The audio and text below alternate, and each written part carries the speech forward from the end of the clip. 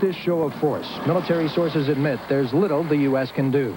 They rule out a rescue attempt because the U.S. doesn't know exactly where the hostages are. And retaliation against terrorist targets in Lebanon would be difficult without harming civilians. Now there's concern all the talk of U.S. military action may have endangered the U.S. hostages. Earlier this week, the kidnappers released a picture of hostage Robert Polhill with machine guns at his head. They threatened to kill him and fellow Americans Alan Steen and Jesse Turner if the U.S. took military action.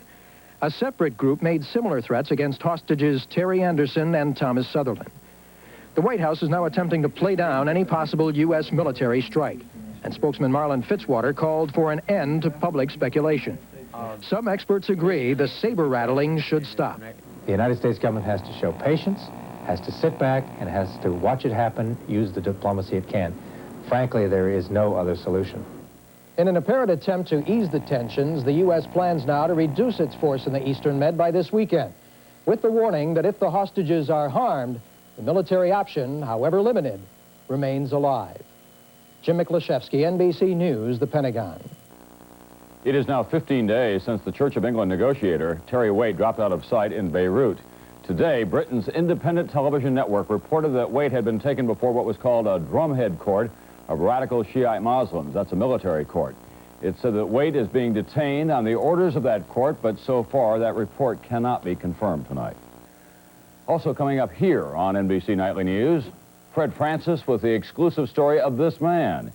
He helped supply the Contras by making airdrops in the jungles of Central America. And Keith Miller tonight on the triumph of Dennis Conner, bringing back the America's Cup. Patient, dining table. Diagnosis, worn finish, no shine. Treatment, facelift. Now there's a facelift for furniture. New Formby's Facelift, my secret for bringing dull furniture back to life. Facelift revives the shine without refinishing. In less than an hour, you can smooth away the wear and tear and lay down a bright new facelift finish that will shine for years to come. That's what Formby's Facelift is all about. Making your furniture look alive and beautiful again without major surgery. Did you know the last time you starved yourself to lose fat, you might have lost muscle? Why? You didn't eat enough protein. Protein helps you keep the muscle while you lose fat. And that's what's special about Kellogg's Special K. It has the highest level of dietary protein of any cereal. So the under 200-calorie Special K breakfast may help you get the fat off and keep the muscle on. Special K. Keep the muscle, lose the fat. How much can you save on 18 new Buick models? It's your option. You can save up to $1,200 depending on the amount of optional equipment you buy on a wide variety of new Buicks. You'll also get something that isn't optional. Buick's new 6-year, 60,000-mile warranty. It's truly a better time to buy, so see your participating Buick dealer for details now. The amount you save is optional. The 660 warranty is standard at Buick, where better really matters. The $20 billion clean water bill became law today as Congress handed President Reagan a crushing defeat. Mr. Reagan vetoed the anti-pollution legislation last week, saying that it was loaded with waste and larded with pork. Today, the Senate overrode that veto, 86-14, following yesterday's lopsided override by the House. New York state prosecutors today charged a number of former officials of a company called Wedtech with bribery.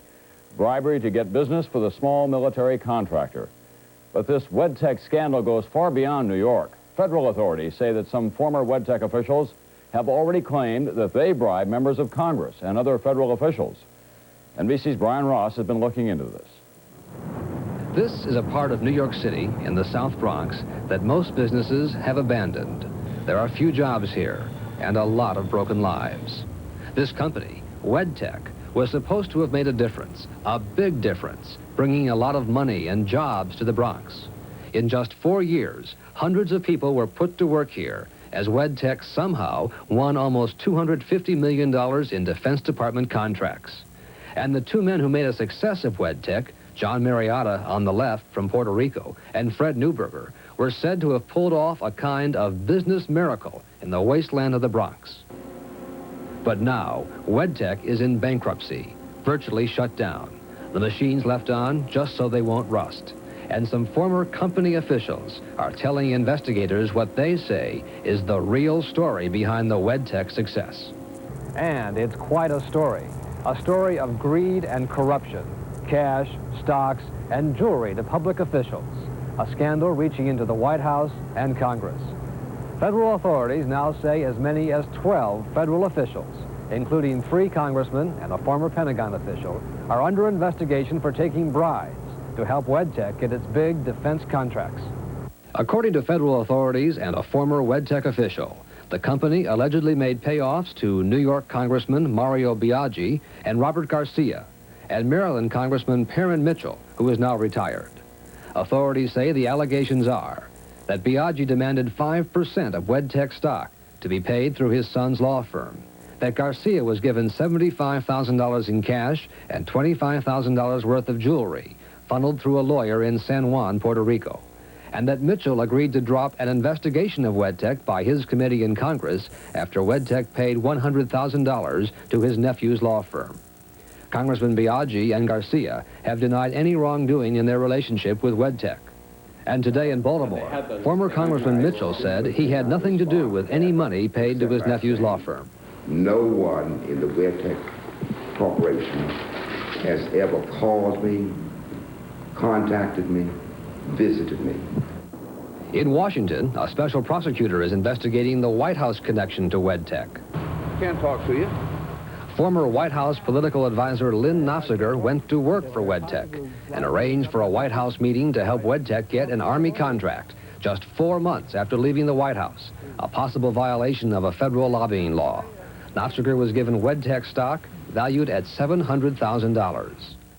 Federal authorities say that at the same time Wedtech was allegedly paying bribes all over Washington, company president John Marietta was at the White House giving advice to President Reagan as a spokesman for minority-owned business. And in 1984, Wedtech got a big contract with the Navy. Wedtech. Right after President Reagan, apparently unaware of what was really going on at Wedtech, praised Wedtech President Marietta in a speech. People like John Marietta are heroes for the 80s. Federal authorities say the hero of the 80s, Marietta, is expected to be indicted on federal bribery charges later this month. Today, 3 former Wedtech officials, including Marietta's partner Fred Neuberger, appeared in court in New York to face fraud and bribery charges. People asking for bribes? Authorities say Neuberger and the others are cooperating in the investigation of Wedtech, and that if the story they tell is true, the Wedtech case could be the biggest federal corruption scandal since Abscam. Brian Ross, NBC News, New York. This man, Carlos Later, is in U.S. custody tonight. He is described by American authorities as one of the 3 most important drug bosses in the world. This morning, Later and 13 bodyguards were captured in a shootout near the Colombian city of Medellin. American authorities said Later's arrest may be the most important achievement ever in the war against the Colombian cocaine cartel.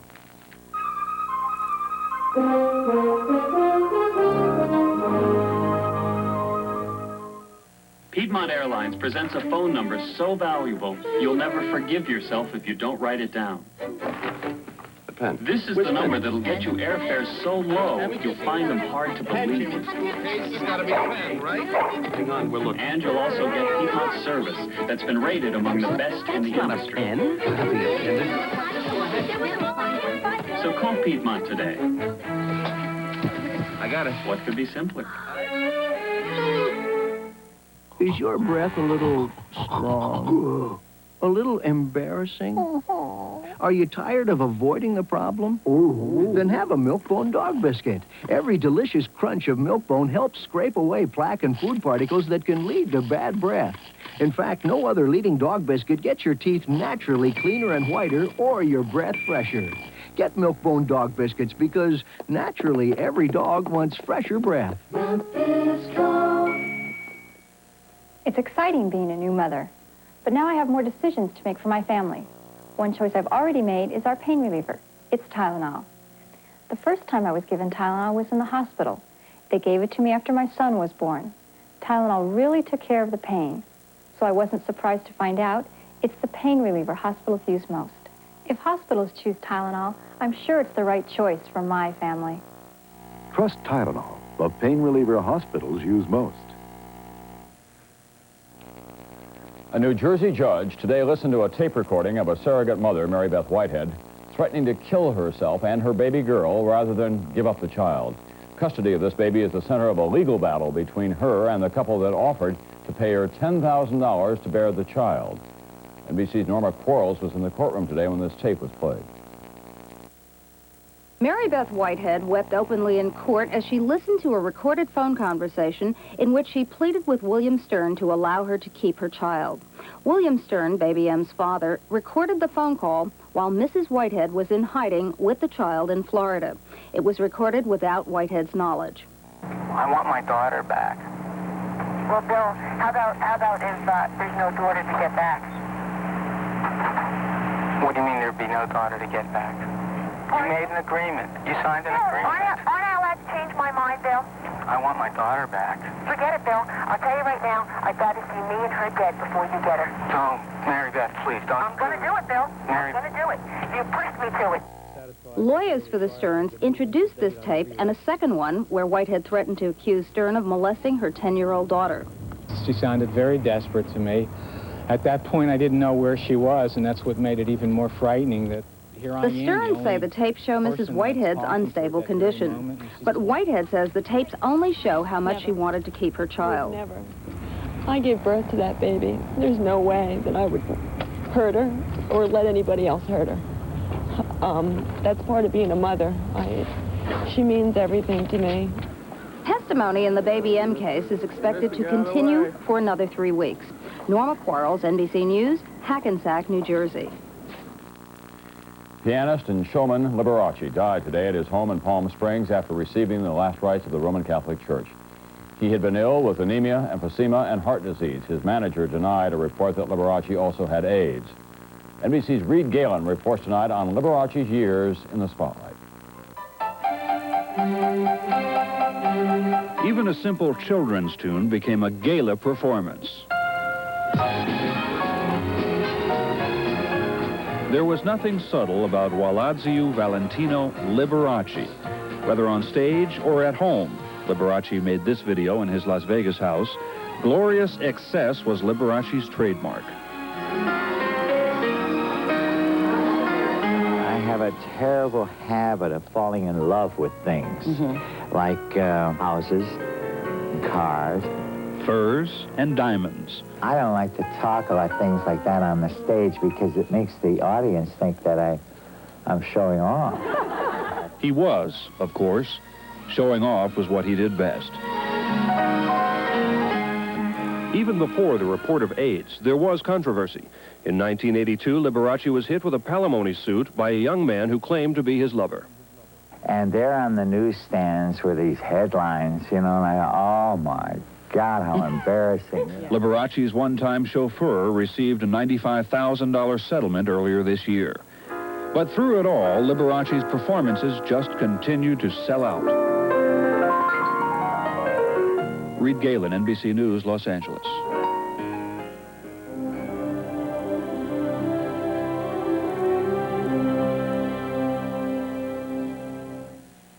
Organ transplants are a modern miracle. Let's close.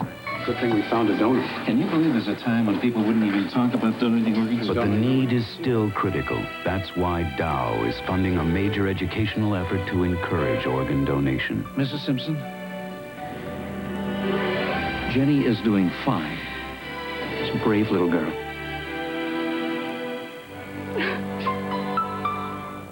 Your sink's clogged. What'll we do? Get the all-purpose drain opener, Crystal Drano. Works on hair, food, and grease. Liquid plumber may not work on some clogs. Wow. There's also Liquid Drano. Remember, the one name to know is Drano.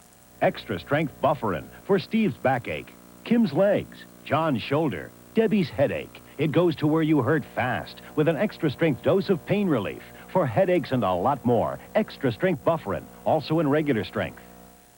Stovetop stuffing in canisters makes a lot or a little in one easy step. When you want dishes quick and delicious, you can be flexible with Stovetop tonight. It's the right stuff, always enough. It's great for me at home with the TV. Have have it for you, or fix it for 2 more. It serves from 1 to 8 just right.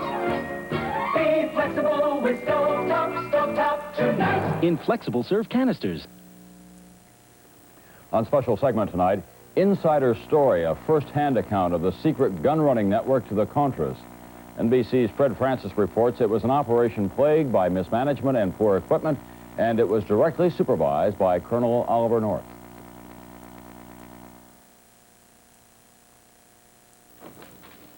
Ian Crawford is a master parachute rigger, a former member of Delta Force, and one of the first men hired for the covert effort to fly guns to the Contras. Crawford, 30, who flew dozens of airdrops over Nicaragua last spring, provided these photographs to NBC News. He said the airdrop operation was plagued by poor equipment and bad management. Crawford gave the first eyewitness account of Oliver North's direct supervision of the gun running during a secret meeting in El Salvador last April. There were 3 individuals who I later recognized as being Colonel North and Richard Secord, and a third member I still haven't recognized. We're in a closed-door meeting there at Ilopango with Contra leaders and Salvadorian officials to help streamline our command and control and to alleviate any problems that we had been having with chain of command and general management structure. Crawford said North and Secord did not solve those problems and that the aircraft problems got worse. North and Secord bought 5 planes, but only these 2 were usually airworthy. When all of the Contra supply planes were grounded, an L-100 like this one was commissioned from Southern Air Transport in Miami to drop 16,000 pounds of guns and ammo into Nicaragua.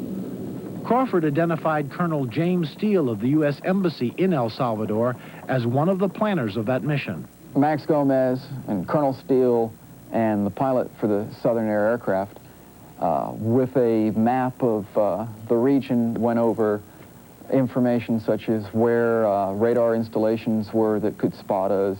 Crawford said that this isolated airstrip in northwest Costa Rica was to replace Ilopango in El Salvador as the main Contra air base. Administration sources said that Secord and his manager, retired Lieutenant Colonel Richard Gadd, spent $250,000 here, improving the runway, building barracks, and setting up a radio link in a maintenance facility. Crawford told of 20 men working full-time to supply the Contras with everything from rice to bullets. But he said he was amazed the Contras received so much from airplanes with faulty or no navigation equipment, forcing the pilots to find drop zones by following rivers and landmarks. They didn't have the navigation instruments. You didn't know whether you were going straight into Managua or whether you were going to the drop zone. Crawford took these photographs of pilots William Cooper and Buzz Sawyer. He said the 2 who died when Nicaragua shot them down last October complained constantly about the faulty equipment, but were under heavy pressure from Secord and Gadd to keep flying. I believe that they were forced to go in during daylight due to a lack of navigational equipment. The Contras themselves need as much help as we can give them, yet I'd like to see them get high-quality help. The majority of the command and control and management in the operation I was involved in, I don't think could be classified as quality. The main concern in their mind was to make sure that the billing was complete and that they made a little money off the operation. It would seem to me, sitting here now, that it was controlled by Ollie North in the White House. I was disappointed. I thought that the operation should have been and would have been conducted better if it was that high level of an operation. And have you ever asked yourself why it wasn't, if it was that high a level? I ask myself that question continually today, and I haven't come up with any answers, and I really don't know whether I ever will. Do you think we'll ever get any answers, Ian? No, I don't think so. Fred Francis, NBC News, the Pentagon. The White House has told NBC News that when members of the Tower Commission investigating the Iran-Contra affair meet with President Reagan for a second time, they will have a chance to see excerpts from his personal notes. That meeting could take place next week. The commission's final report is expected in 2 weeks. Assistant Defense Secretary Richard Perle now has denied a report by the Pentagon that he plans to resign. Officials said yesterday that Perle plans to leave, but that he has given no date. Perle said today he'll stay on, in his words, for the foreseeable future. If you're looking for a simple way to apply for the American Express card, simply pick up one of these, because now you can apply over the phone. Just call 1-800-THE-CARD. Runny nose, watery eyes, congestion, and a headache. When you've got all these sinus symptoms all together, you've got sinus complex. And that's too complex a problem for most cold or sinus remedies. You need maximum strength Sinutab, specially developed to relieve all the symptoms of sinus complex. Sinutab. You'll feel altogether better. And take new Sinutab nighttime at night to feel altogether better in the morning.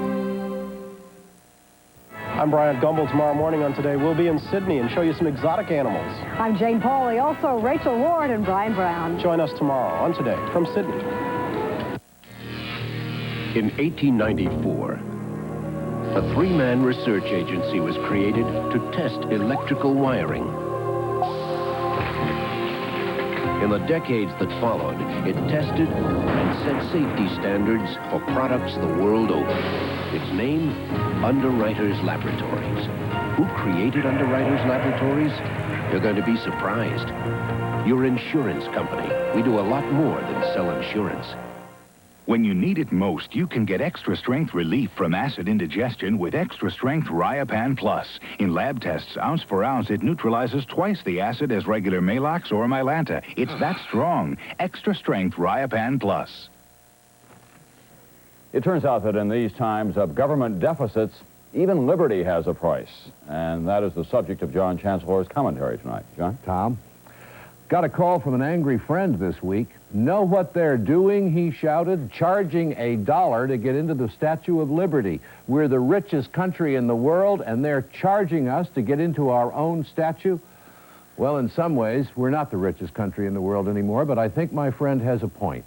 That statue is owned by the people of the United States, and now they want us to pay to enter our own property? What's next? The U.S. Capitol? Hardly. Members of Congress want the voters to see them at no charge. But the Park Service recently did consider charging people for a look at the Liberty Bell and Valley Forge. There are valid reasons to charge a modest fee at national parks for the use of campgrounds. It's fair to ask people who use the parks to help pay for picking up the garbage. But national historical monuments teach Americans about their heritage. Why charge for that?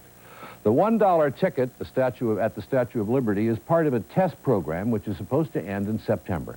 The Park Service, it turns out, owes $15 million to the U.S. Treasury, and the ticket money will help to pay that back. That's really a nickel-and-dime attitude for a government that throws billions around every day. In the meantime, high school kids who want a first-hand look at a famous symbol of American history have to pony up $1 for the privilege. Maybe they should change the poem on the base of the statue to read, "Give me your tired, your poor, your huddled masses yearning to breathe free." That will be $1, please. No wonder my friend is angry, which is commentary for this evening, Tom. Thanks, John. And as you know, it cost a whole lot more than $1 to get the America's Cup back to the United States, but it is returning after a stay of a little more than 3 years in Australia. Yachting's greatest prize will return to these shores in the hands of Dennis Conner, who with his Stars and Stripes crew blew away the Australian competition, winning today for a 4-0 sweep. NBC's Keith Miller in Australia tonight.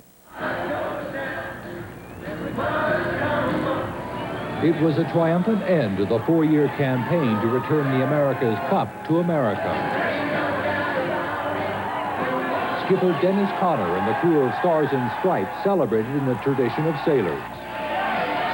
Victory was especially sweet for Conner, the 44-year-old drapery manufacturer from San Diego. He was the first American to ever lose the Cup, and he was near tears in 1983 when he had to concede defeat. I don't think there's any reason for America to feel that in any way they're any other position than number one. And Stripes is concerned. In today's victory, Conner made certain of that. I think it's a great moment for America, and a great moment for the Stars and Stripes team, and a great moment for the Stars and Stripes crew, and a great moment for Dennis Conner. It has been a long time coming. Conner's pursuit of the Cup was a relentless mission with one goal: winning. It paid off. In Stars and Stripes, Connor put on a remarkable display of seamanship that drew admiration from his opponents. Dennis is such an old, wily old fox. He's 20 years my senior, and he just sort of peeled away and went for the line as though we weren't even there, and I'd got a few things to learn yet. With the lesson over, it was time to celebrate. Few people were willing to mourn the loss of the cup. Connors did a better job, and he bloody came back and got the cup, and you've got to wish him a bit of luck. The Australians now must plan their own comeback in 1990, the date of the next America's Cup competition in the United States. It's an appointment Dennis Connor already is planning to keep. Keith Miller, NBC News, Fremantle, Western Australia. That's Nightly News for this Wednesday night. I'm Tom Brokaw. I'll see you tomorrow night.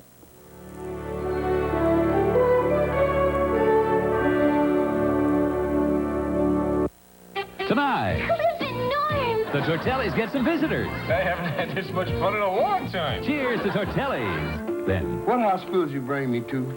St. Allegius. Ray Charles stars as a victim of the streets. It's not right you having to live on the streets. You're not a social worker. Discharge Mr. Tibbetts. St. Elsewhere, tonight. Every 34 seconds, somebody buys a new Chevy Cavalier. Some for its front drive. Some for the quality of its fit and finish.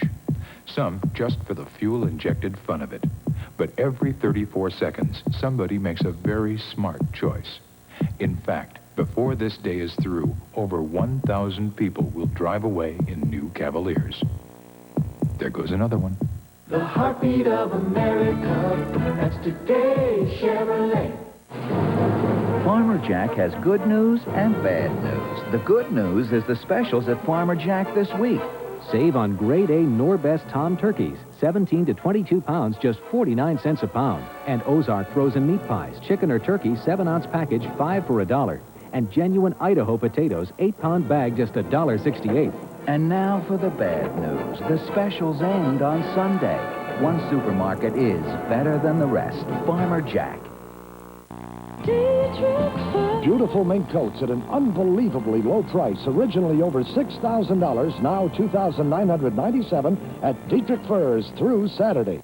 Take a spin on the Wheel of Fortune tonight at 7:30. This is Jeopardy! Now entering the studio are today's contestants. A law clerk and student from Los Angeles, California, Maggie Moe.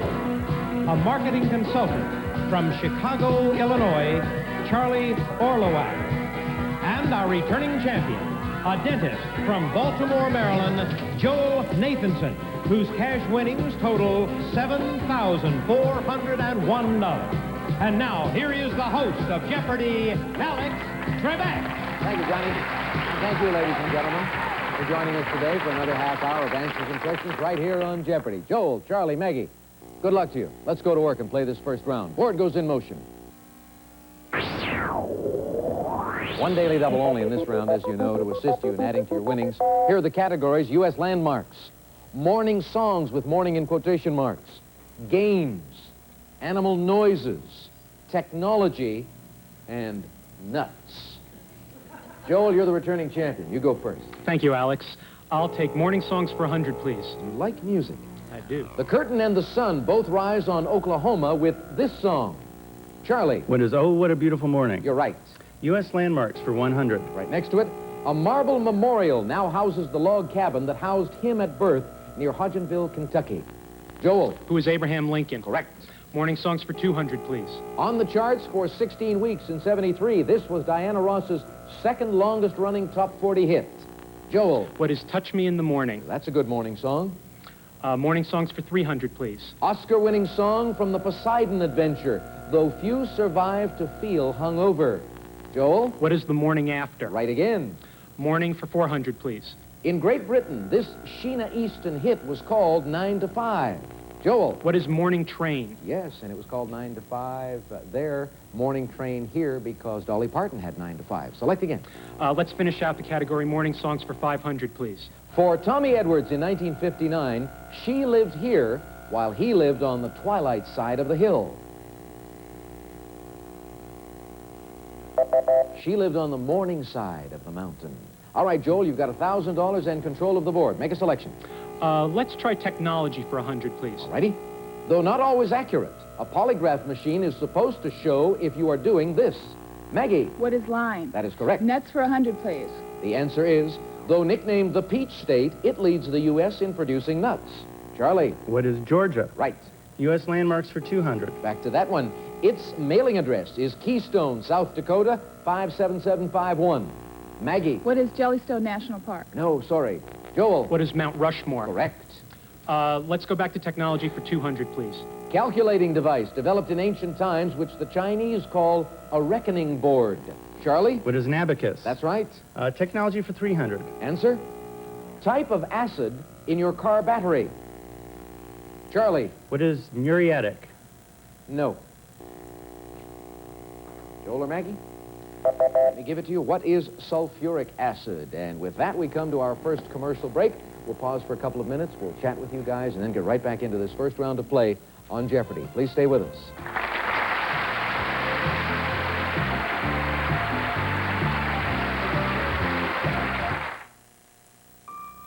Behind every loan we make is a story, and behind every story, a dream.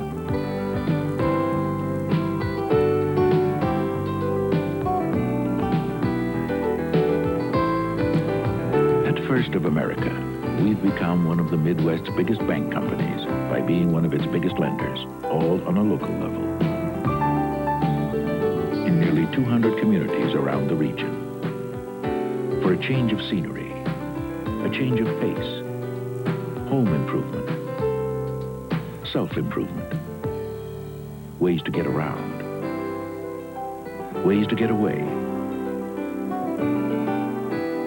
It's the stuff that dreams are made of.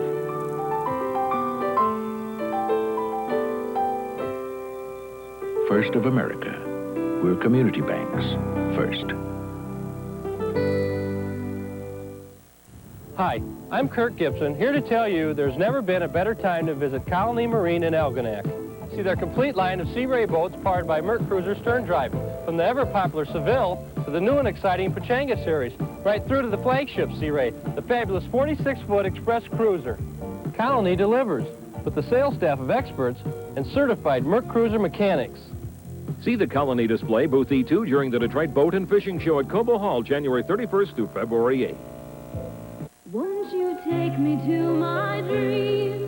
Let me make your dream come true. Let's feel the wind in our hair and sail our cares away. So take me to my dream. There's just one place to go, the boat show. The Detroit Boat and Fishing Show at Cobo Hall. Where dreams come true. January 31st through February 8th.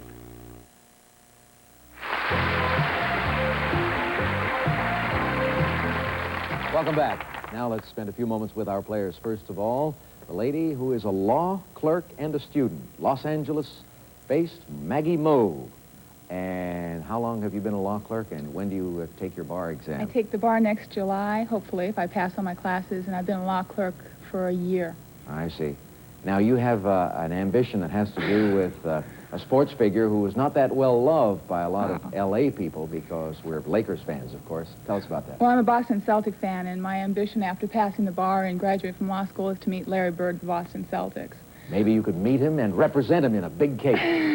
Good luck to you on the program. Thank you. The man next to you, Charles Olowick from Chicago, Illinois. International sales consultant, which means you do what?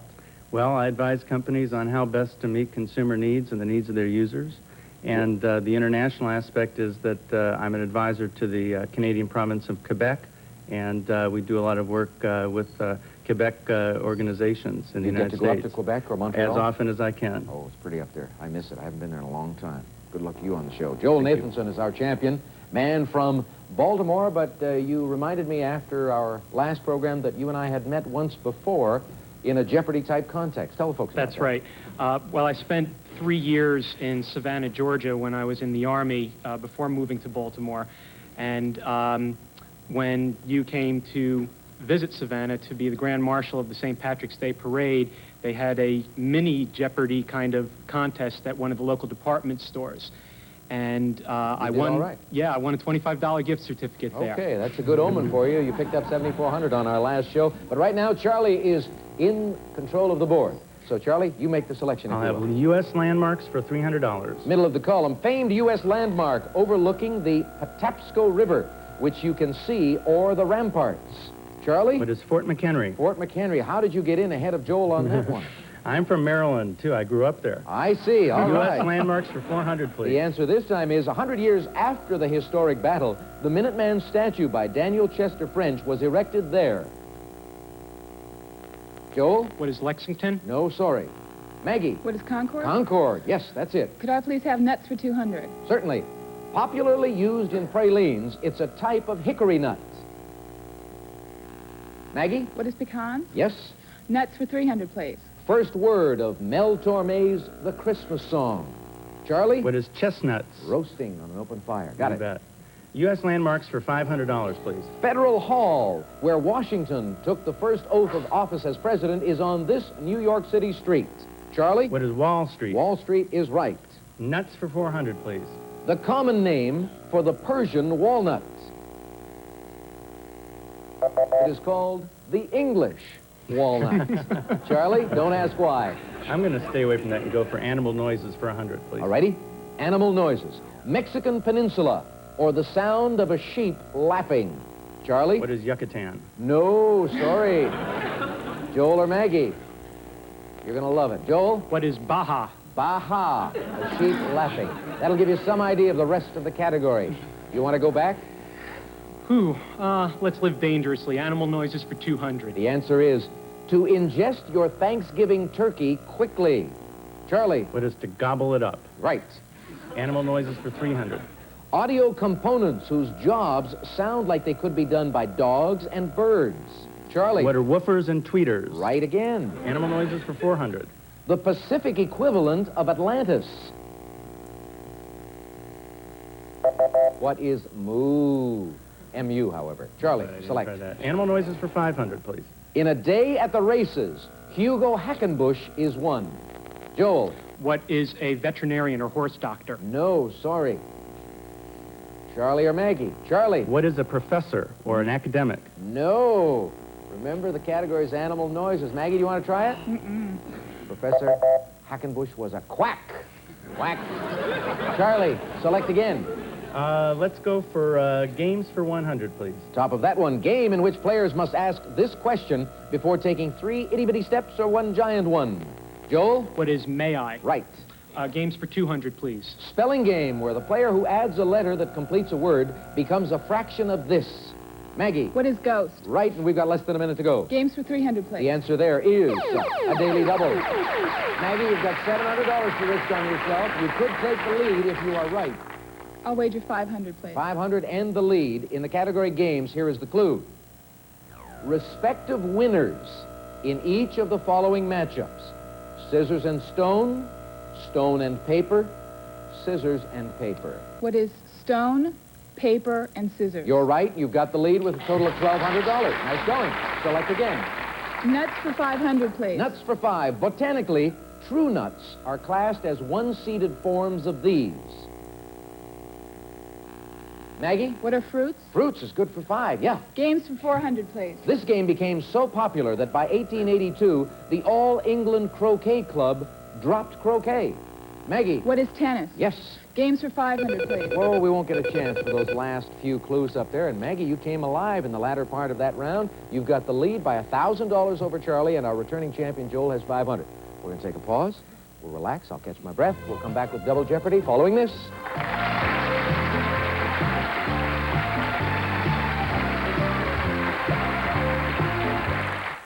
Creating the budget gourmet, man reaches the peak of genius. Still, he hungers for more. More. And once again, genius prevails. 8 complete gourmet dinners for a decidedly low price. Like tender veal parmigiana with delicate cheese-filled tortellini and Italian green beans. The budget gourmet dinners at such a decidedly low price, yet another of man's more ingenious creations. Pontiac. Announcing high-performance savings on every 1987 Pontiac. Buy or lease and get up to $1,200 cash back, depending on model and equipment. Just take actual retail delivery of the road machine you want from dealer stock by April 30th. And get up to $1,200 cash back. Plus, every 1987 Pontiac comes with a 6-year, 60,000-mile warranty. We build excitement. Pontiac. You are now entering the eye zone where our story begins. First you notice one tiny line, then another. Now the Estee Lauder Laboratories introduce iZone. With continued regular use, this time released repair gel can rebuild your skin's appearance from the inside out, dramatically diminishing the visible signs of aging around your eyes, and the science of younger-looking skin becomes reality. Now in Hudson's Cosmetics. A report to consumers from Beauty Rest. A leading independent consumer publication torture-tested 32 mattresses from major manufacturers and rated them for durability, lasting firmness, and value. This one came out #1. The Beauty Rest by Simmons. The Beauty Rest by Simmons, now on sale at Gardner White Furniture.